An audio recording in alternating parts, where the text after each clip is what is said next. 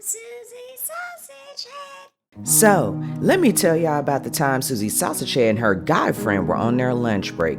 They both worked together at the same factory and had coordinated their lunches so they could be with one another. Susie and her guy friend loved to hug and kiss in a special way, but did not know how to accomplish this while on lunch until today.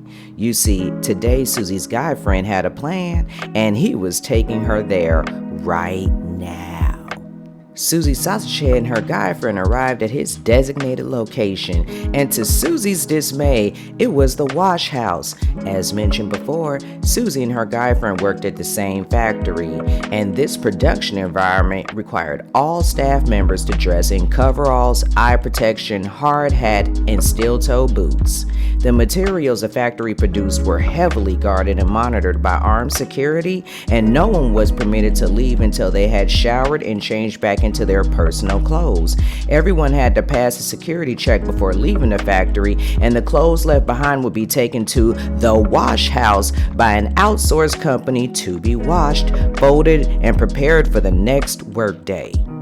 After exiting the work truck and walking into the wash house, Susie Sausage Head looked at her guy friend, puzzled as to where he was going with this location in mind.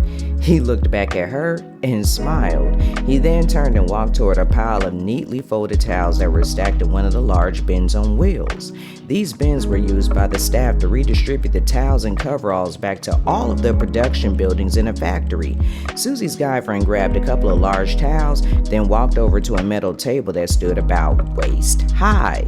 The table was a heavy-duty one that Susie guessed was used to fold the linens after they were done drying in one of the large industrial dryers located in the corner of the room. He spread the towels out, then signaled for Susie to join him. Susie Sausage Head walked over to where her guy friend was standing and looked up at him to voice her concerns and disapproval of his scheme when he bent down to kiss her.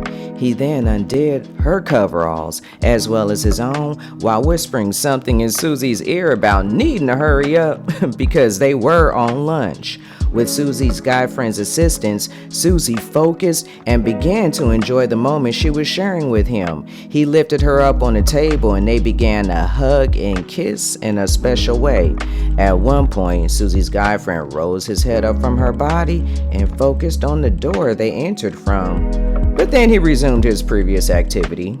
Susie Sausage Head was just about to urge her guy friend forward when he suddenly picked her up and tossed her in the restroom. He quickly followed her in, then shut and locked the door. Susie was confused and began to both protest his rough handling of her while also asking what in tarnation had happened to spook him when he placed his hand over her mouth and gestured for her to hush. Susie was not one to ask questions in tense situations, so she obediently followed his command. She then heard it. The entryway door flew open and the lights went on.